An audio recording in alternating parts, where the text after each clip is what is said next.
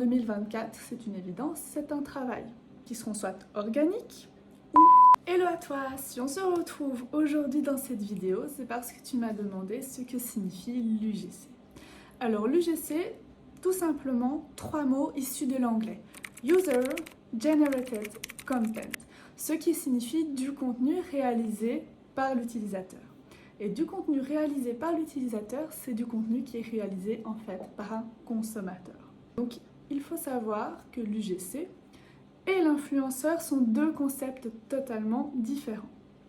L'influenceur, c'est quelqu'un qui a une grande communauté, qui est suivi et qui va créer du contenu pour son profil, qui va viser à influencer le consommateur.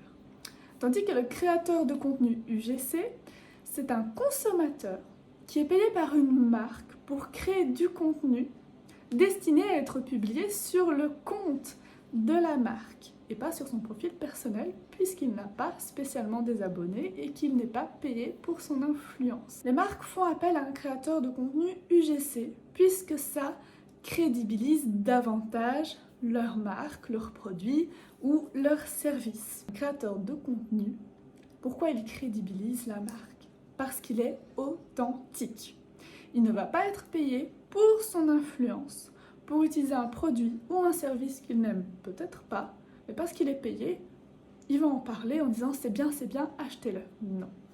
Un consommateur, lui, va donner son avis. C'est comme en fait les commentaires, Google Avis, etc., qu'on lit souvent avant de prendre une décision pour un achat ou pour un restaurant ou autre. Et cela, c'est 80% dans la décision d'achat. Il existe plusieurs types de contenus que l'UGC, le créateur de contenu UGC, peut créer.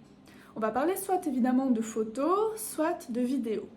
Il y a des photos qui seront soit organiques ou ads. Des vidéos qui seront soit organiques, soit ads. Ads qui signifie en fait publicité et qui sera donc du contenu partagé sur un plus long terme. Et en fonction de ça, évidemment, les prix sont différents. Dans les photos, ça peut être une mise en valeur du produit ou du service ou un résultat de produit, de service, un avant-après par exemple. Dans une vidéo, on peut parler d'unboxing, d'une démonstration de produit, d'une vidéo ASMR et bien d'autres types de contenus. Si toi tu veux devenir un créateur de contenu UGC, il y a plusieurs choses. La première, c'est de savoir si tu as cette fibre créative, artistique, si tu arrives à capturer l'esthétisme dans certaines choses ou non, car évidemment ce sont des choses importantes qui vont te permettre aussi de te démarquer et d'être un bon créateur de contenu. Tu dois avoir aussi du matériel adapté, un téléphone qui fait du bon contenu, qui a de jolies couleurs, le résultat de tes photos doit être beau, net, le résultat de tes vidéos aussi doit être beau et net, et puis tu dois avoir une très bonne luminosité. Alors l'été c'est très chouette, l'hiver un peu moins. Donc pour ça tu peux avoir une lampe qui est claire ou alors vraiment tu attends de te mettre près de ta fenêtre pour avoir une très bonne lumière. Aussi, comme je le disais, tu n'es pas obligé d'avoir des abonnés, mais il faut que la marque te trouve ou que toi tu trouves la marque. Donc il existe des possibilités pour mettre en contact une marque et un créateur de contenu. Mais il existe aussi le moyen, toi-même, d'aller rechercher une marque en partageant ton travail sur tes réseaux sociaux, en créant aussi un portfolio.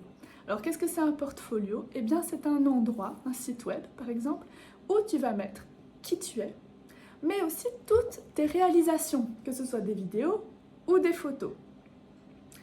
Bien sûr, maintenant tu vas me dire, mais je ne suis pas créateur de contenu, j'aimerais bien le devenir, je n'ai rien à mettre dans mon portfolio puisque je n'ai jamais collaboré avec une marque. On commence toutes par là, ne t'en fais pas. Ce qu'il faut faire, eh bien, c'est que tu regardes un petit peu dans tes armoires les produits que tu as et tu commences à en faire des vidéos unboxing, des vidéos test de produits, des vidéos avant-après, des vidéos ASMR, des démonstrations de produits. Je parle de vidéos, mais tu peux aussi faire des photos. Si tu as des bijoux, des beaux bijoux chez toi, tu peux mettre en valeur tes bijoux dans une belle photo esthétique ou explicative même, où tu dis voilà, c'est du plaqué or, c'est chic, Vraiment où tu mets en avant ton produit avec des avantages. Maintenant, tu n'es pas obligé d'aller sur du produit. Si tu te dis non, moi je préfère le service, je préfère vivre des expériences, j'ai envie de parler de ça. Alors à ce moment-là, ça peut être par exemple ton coiffeur.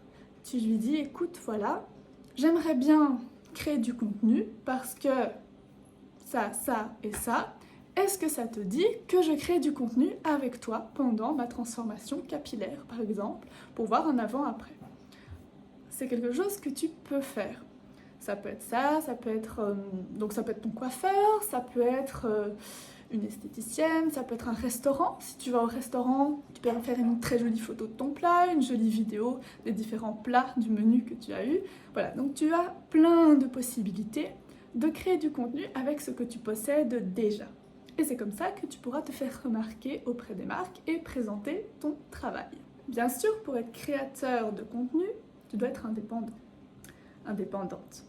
C'est une activité rémunérée. En 2024, c'est une évidence, c'est un travail. Il y a des lois dessus, il y a des impôts également. Et donc, si tu veux commencer, tu vas peut-être te dire, je vais accepter des produits gratuits des marques. Mais sache une chose, c'est que si tu acceptes un produit gratuit d'une marque, tu vas devoir le déclarer. Alors, je ne veux pas te faire peur, mais tu t'imagines recevoir un produit gratuit pour fournir du travail en retour que tu devras en plus payer. On est créatrice de contenu, on l'assume et on dit aux marques, voilà, mon travail me prend autant de temps et je demande autant pour la réalisation de mon contenu. Chose très importante, c'est d'avoir un contrat. Un contrat te protège. Il te protège, par exemple, dans les échéances de paiement.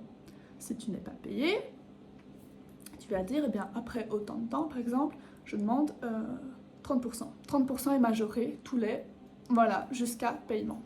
Ça te protège aussi dans ton droit d'auteur et droit à l'image. Si par exemple, une marque utilise ton contenu sur 10 ans, alors que toi, tu l'as vendu une fois en réalité pour une utilisation, une seule. Mais que cette marque, chaque année, elle utilise ton contenu.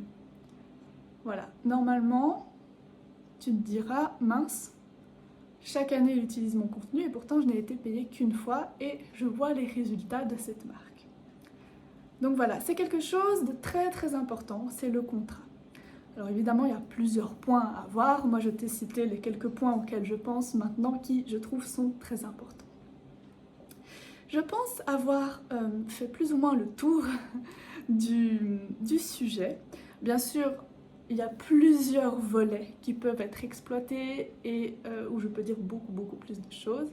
Maintenant, n'hésite pas à me dire ce que tu en as pensé, n'hésite pas à me poser tes questions en commentaire et je pourrai te répondre directement ou bien répondre en vidéo si j'estime que ça nécessite beaucoup plus d'informations et que ce sera utile pour toi. Voilà, ciao!